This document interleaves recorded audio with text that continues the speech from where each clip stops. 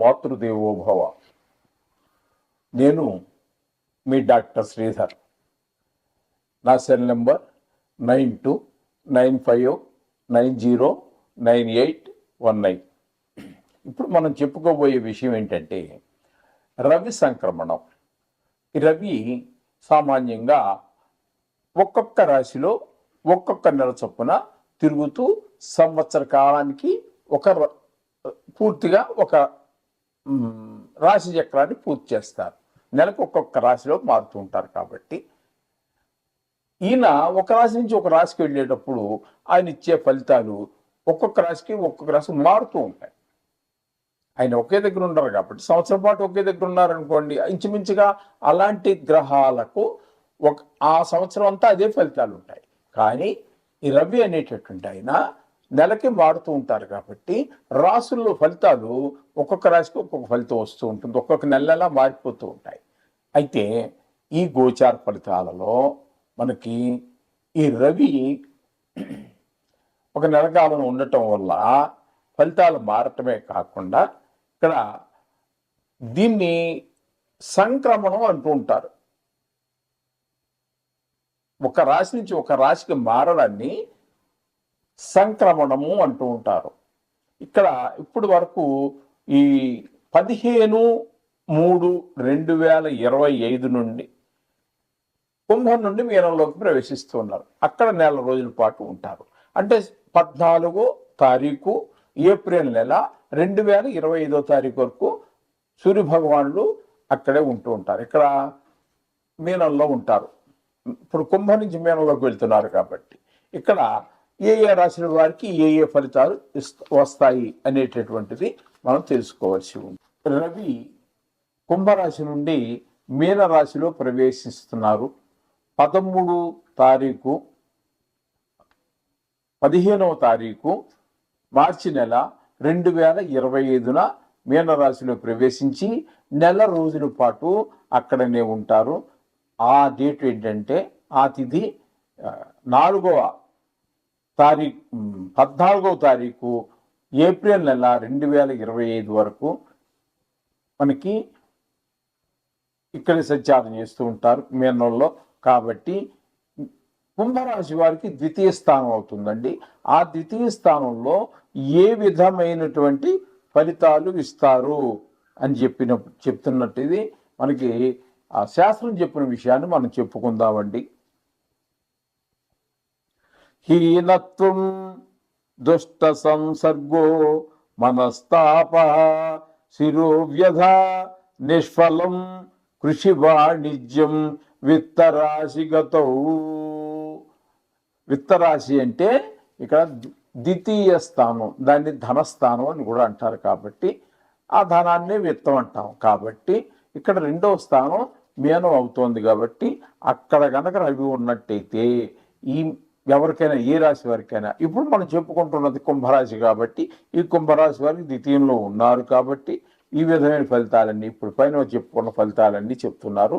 దాన్ని మనం తెలుగులోకి తర్జుమా చేసుకుందాం. దారిద్ర్యం అండి, దుష్ట సహవాసం, చెడ్డవారితో స్నేహం చేయవలసి రావటం, మనస్తాపం అంటే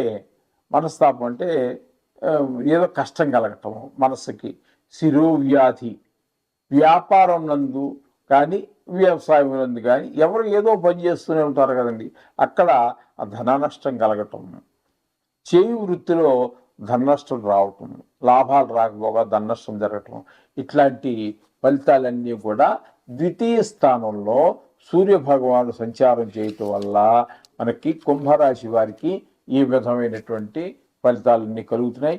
వీటి నుండి మనం బయటపడాలి అంటే ప్రతినిత్యము మనం చెప్పుకుంటూనే ఉన్నాం కదండి. ఎప్పుడు వార ఫలాల్లో చెప్పుకుంటున్నాం, మాస ఫలాల్లో చెప్పుకుంటున్నాం. అలాగే దేని గురించి చెప్పుకున్నప్పటికీ కూడా ఖచ్చితంగా ఈ నవగ్రహాలను ప్రార్థన చేసుకోండి. వీలుంటే గుడికి వెళ్ళండి. అలాగే ఇప్పుడు మనం ప్రత్యేకించి రవి గురించి చెప్పుకుంటున్నాం కాబట్టి కొంచెం ఇబ్బందులు ఎక్కువ ఏమైనా ఉన్నట్టయితే చిన్న పరిష్కారం, 1 కేజీ పావు గోధుమలు తీసుకొని 100-50 ఇచ్చి ఆ బ్రాహ్మడికి దానం ఇచ్చేసి ఆ సంకల్పం చెప్పించుకోవాలండి. ఊరికి ఇచ్చేసి దండం పెట్టి వచ్చేయద్దండి. అది కొంచెం వారి చేత సంకల్పం చెప్పించుకుని రవిదోష పరిహారార్థం అని చెప్పేసి వారు చెప్తారు, వారికి ఇవన్నీ తెలిసే ఉంటాయి.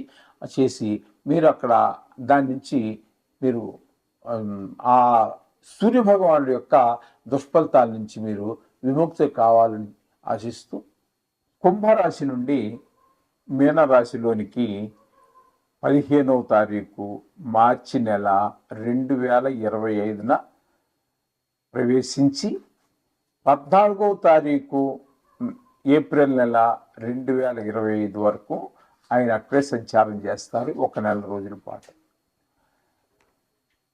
ఈ రవినే కాదండి, ఒక్కొక్క గ్రహానికి ఒక్కొక్క పీరియడ్ ఉంటుంది. ఆ పీరియడ్లో ఆ రాశుల్లో సంచారం చేస్తూ ఉంటారు. కాబట్టి చంద్రుడు ఉన్నారనుకోండి, 2.25 రోజులు ఒక రాశిలో సంచారం చేస్తూ ఉంటారు. అది పెద్ద ఇంపార్టెంట్గా తీసుకోరు, ఎందుకంటే చాలా తక్కువ కాలం కాబట్టి. ఇకపోతే కుజ, శుక్ర, బుధ ఇవన్నీ కూడా నెల 15 రోజులు సుమారుగా సంచారం చేస్తూ ఉంటారు. ఒక రాశి నుండి మరొక రాశిలోనికి ప్రవేశించేదాన్నే సంక్రమణం అంటారు. ఆ సంక్రమణం అనేటటువంటి చాలా పవిత్రంగా తీసుకుంటూ ఉంటారు.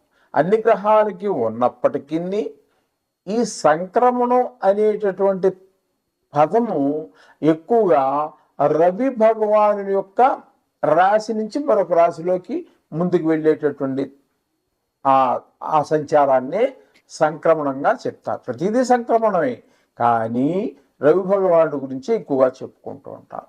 ఈ రవి భగవానుడి యొక్క సంక్రమణం కూడా ప్రతి నెల జరిగినప్పటికీ ఇందులో ప్రధానంగా 2 రాసుల్లో సంచారాన్ని ప్రప్రథమంగా తీసుకుంటూ ఉంటాము.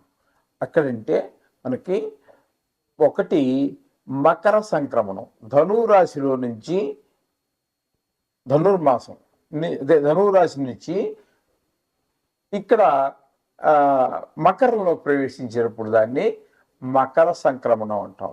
ఆ మకర సంక్రమణాన్ని మనం మకర సంక్రాంతి అంటాం. దానికి ముందు రోజున భోగి పండగని, మరుసటి రోజు అదే సంక్రమణం అందులోకి వెళ్ళిన రోజు సంక్రాంతి అని, ఆ తర్వాత రోజున కనుమ అని చెప్పేసి 3 రోజులు చాలా పెద్ద పండగగా మనం చేసుకుంటూ ఉంటాం. చాలా పవిత్రంగా భావిస్తూ ఉంటాం. మకర సంక్రాంతి పండగ అంటే స్కూల్ పిల్లలకు కూడా 15 రోజుల పాటు మీకు పండగ సెలవు హాలిడేస్ ఇస్తూ ఉంటారు స్కూలుకి. అదే కాకుండా కొత్త బట్టలు, రైతులకి ఈ పంట చేతికి రావటం, డబ్బులు బాగా చేతిలో ఆడటం ద్వారా ఇంట్లో అందరూ కొత్త బట్టలు తీసుకోవటము, ఇంట్లో పిండి వంటలు చేసుకోవటము, కొత్తల్ని ఆహ్వానించడము, అక్క చెల్లెళ్ళను అందరినీ ఆహ్వానించడము, సంవత్సరంలో జరిగే అన్ని పండుగల్లోనూ ఈ మకర సంక్రాంతి కూడా చాలా పెద్ద పండగగా 3 రోజులు పండగగా చాలా చక్కగా చేసుకుంటారు. దగ్గరలో ఉన్న బంధువులందరూ దగ్గర చేరటం, అదిగా కులాసగా కబుర్లు చెప్పుకుంటూ చాలా చక్కగా అన్ని తినుబండాలన్నీ చేసుకుంటూ తినుకుంటూ ముసలు చెప్పుకుంటూ చాలా హాయిగా ఉండేది. ఇప్పుడు కూడా అలాగా పల్లెటూరు వాతావరణాల్లో ఇప్పుడు కూడా అలాగే జరుగుతూ ఉంటుందండి. అలాగే కర్కాటక సంక్రమణం అని చెప్పేసి కర్కాటక రాశిలో సూర్యుడు భగవాను ప్రవేశించడానికి కూడా కర్కాటక సంక్రమణం అంటే 6 నెలలు అనమాట. మకర సంక్రాంతికి సంక్రమణానికి కర్కాటక సంక్రమణానికి 6 నెలల గ్యాప్ అనమాట. అంటే 2 భాగాలుగా మనం చెప్పుకుని ఈ విధమైనటువంటి ప్రాధాన్యత అన్ని గ్రహాలకి ఉన్నప్పటి దేన్నైనా సంక్రమణమే అంటాం. కానీ వాడుకలో ప్రాచుర్యంలో ఉన్నది మాత్రం ఈ రవి భగవానుడి యొక్క సంచారమే. దాన్నే మనం ముఖ్యంగా తీసుకుంటాం. ఆ రెండిట్లో ఇప్పుడు మనం చెప్పుకున్నటువంటి 2 సంక్రమణాలని మనం చాలా ప్రధానంగా చెప్పుకోవడం జరుగుతుంది. ఈ సంక్రమణం రోజున చాలా పవిత్రంగా భావిస్తూ ఉంటారు. కొంతమంది తల్లిదండ్రులకి పితృతర్పణాలు వదులుకుంటారు. కొంతమంది ఈ ఇళ్లలో సత్యనారాయణ స్వామి వ్రతం అని, మరి లేకపోతే వ్రతాలు చాలా ఉన్నాయి కదండి. ఈ రవి సంక్రమణం రోజున కూడా చాలా మంది సత్యనారాయణ వ్రతం చేసుకోవడం చూసాము. అది మనకి సత్యనారాయణ స్వామి వారి యొక్క వ్రతంలో కూడా ఏకాదశి కానీ సంక్రమణం కానీ చెప్తుంటారు. అటువంటి రోజుల్లో చేసుకోవటం చాలా పవిత్రం. ఒక రాశి నుంచి ఒక రాశి, ఎందుకంటే ఈ నవగ్రహాలకి రాజు కాబట్టి ఈ సూర్యభగవానుడు మిగతా గ్రహాల కంటే ఈయనకి ఇక్కడ అత్యధిక ప్రాముఖ్యతనివ్వడం జరుగుతూ ఉంటుంది. అందుచేత ఈ రవి సంక్రమణ రోజున మీరు కూడా ఎవరైనా ఏదైనా శుభ కార్యాలు చేసుకుని అనుకోవాలి, ఇంట్లో పూజ చేసుకోవాలనుకున్న వాళ్ళు సత్యనారాయణ వ్రతము ఇట్లాంటివి, ఎవరిళ్ళల్లో అనేక వ్రతాలు ఉంటూ ఉంటాయి. ఆ వ్రతాన్ని మీ ఇష్టం వచ్చిన దేవుని యొక్క వ్రతాలు చేసుకోవడానికి కూడా చాలా అనుకూలమైనటువంటి పవిత్రమైనటువంటి రోజుగా మనం భావించుకోవాలి.